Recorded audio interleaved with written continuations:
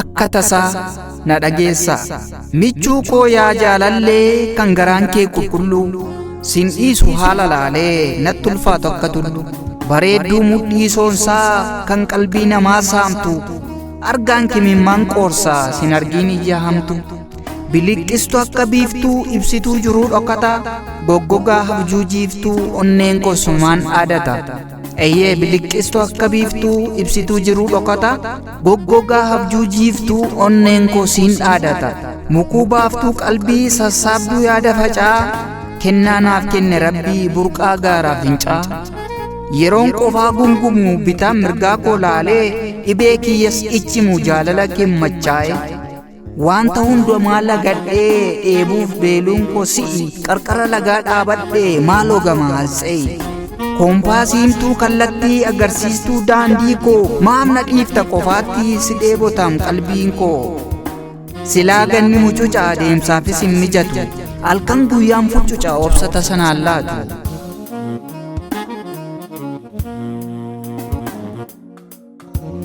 bareedduu koo yaa gugee yaa ishee jaalalaan na dhooftee siyaaduu too na gubee naan dhuftuuree machooftee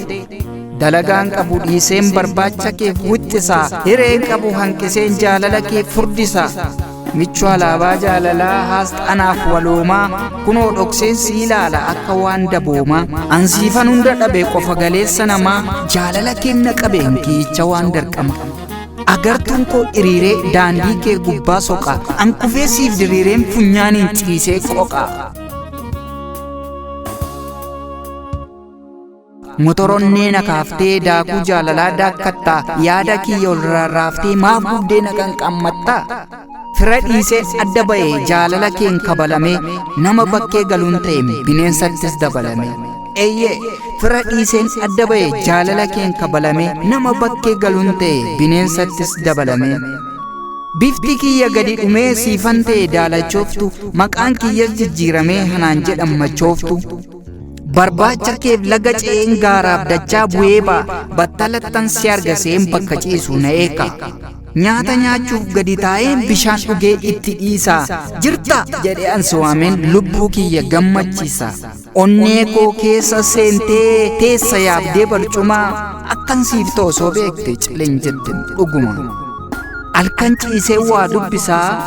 suura kan kee gadi yaasee cufaa daandiin bubuqqisaa kan nu gidduu hunda kaasee daandii gubbaa yeroo deemsaa qofaa kiyyan kolfee seeqaa akka tasaa na dhageessaa biiftuu tiyya ishee leexaa